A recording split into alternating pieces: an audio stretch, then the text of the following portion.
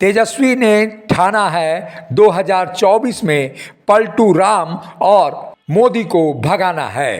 राष्ट्रीय जनता दल की ओर से आयोजित महागठबंधन की रैली पटना के गांधी मैदान में 3 मार्च को आयोजित हो रही है। इस रैली में भाग लेकर लोकतंत्र के सारथी तेजस्वी यादव के हाथों को मजबूत करें। तेजस्वी यादव जी ने ठाना है 2024 में भाजपा को भगाना है।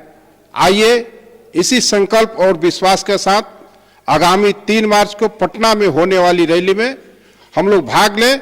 जय लालू, जय राबड़ी, जय तेज, जय तेजस्वी। पूर्व मुख्यमंत्री हेमंत सोरेन अभी जनता के सामने अपनी बात को नहीं रख पाएंगे। हेमंत सोरेन के झारखंड विधानसभा के बजट सत्र में शामिल होने की अनुमति नहीं देने को लेकर अब इंडिया गठबंधन काफी परेशानी में है। वहीं अब बीजेपी के नेता इसे अदालत का फैसला बताकर राहत की सांस ले रहे हैं। पूर्व मुख्यमंत्री हेमंत सोरेन को झारखंड विधानसभा के बजट सत्र में भाग लेने की अनुमति नहीं मिलने के बाद झारखंड मुक्ति मोर्चा में काफी निराशाजनक माहौल है। जिस तरह से न्याय दिलाने की बात झारखंड मुक्ति मोर्चा के नेता लगातार करते रहे, वैसी स्थिति में झारखंड हाई कोर्ट से पूर्व मुख्यमंत्री हेमंत सोरेन को विधानसभा के बजट सत्र में शामिल होने की अनुमति नहीं मिलने पर निश्चित रूप से निराशा का भाव दिखाई दे रहा है। ऐसे में झारखंड मुक्ति मोर्चा यह चाहता था कि पूर्व मुख्यमंत्री हेमंत सोरेन सदन की कार्यवाही में भाग लें और कार्यवाही में भाग लेते हुए केंद्र सरकार और बीजेपी को टारगेट करके निशाना बनाएं।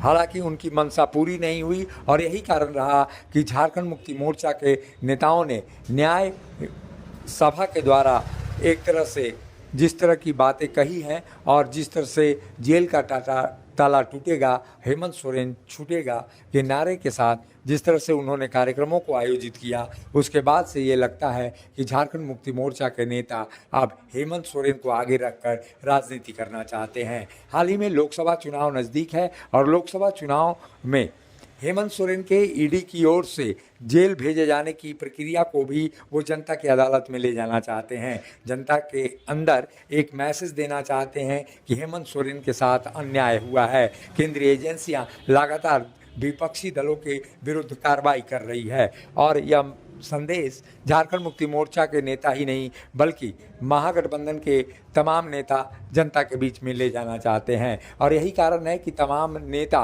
एक सुर होकर ये बातें कह रहे हैं कि झारखंड मुक्ति मोर्चा के कार्यकारी अध्यक्ष और पूर्व मुख्यमंत्री हेमंत सोरेन को बेवजह फंसाया गया है और जिस तरह से उनको जेल भेजा गया है उसका बदला जनता लेगी। हालांकि मुख्यमंत्री के रूप में हेमंत सोरेन उतने आक्रामक नहीं होते, लेकिन जिस तरह से पिछले विश्वास मत के दौरान पूर्व मुख्यमंत्री हेमंत सोरेन ने सदन के अंदर अपना वक्तव्य दिया था और जिस जोशपूर्ण तरीके से उन्होंने अपनी बातें रखी थी, उससे निश्चित ही ये लग रहा था कि ईडी को एक बार फिर अगर उनको अनुमति मिलती है विधानसभा के बजट सत्र में भाग लेने के लिए तो निशाना बना सकते हैं। ऐसी स्थिति में झारखंड मुक्ति मोर्चा के नेता निराशा तो हैं ही, वहीं चंपई सोरेन सरकार के मंत्रियों को भी बल नहीं मिला। हालांकि वो चाहते हैं कि हेमंत सोरेन अगर सत्र के दौरान अपने वक्तव्यों के माध्यम से जनता के बीच संदेश देते तो शायद महागठबंधन के लिए बेहतर होता। महागठबंधन हाल ही में अब लोकसभा चुनाव की तैयारी कर रहा है और गठबंधन में सीटों का फैसला अब तक नहीं हो पाया है। हालांकि ये कहा जा रहा है कि अंदरूनी चीज़ों से सीटों का फैसला हो रहा है, लेकिन हेमंत सोरेन के नहीं रहने के कारण राजनीतिक फैसलों में काफ़ी कमी देखी जा रही है और वैसे ही झारखंड मुक्ति मोर्चा के अंदर जो फैसले होते हैं उन फैसलों को लेकर जिस तरह की बातें हैं वो बातें अब ईडी के हिरासत में रहते हुए पूर्व मुख्यमंत्री हेमंत सोरेन नहीं कर पा रहे हैं। ऐसी स्थिति में झारखंड मुक्ति मोर्चा और महागठबंधन यहाँ पर एनडीए से पिछड़ता हुआ नजर आ रहा है। झारखंड मुक्ति मोर्चा के कार्यकारी अध्यक्ष के रूप में हेमंत सोरेन तमाम फैसले ले रहे थे और ऐसी स्थिति में जब वो जेल में हैं तो सीटों के लेन देन और समझौतों को लेकर जिस तरह की असमंजस की स्थिति बनी हुई है उससे हो सकता है कि महागठबंधन घाटे के सौदे में रहे।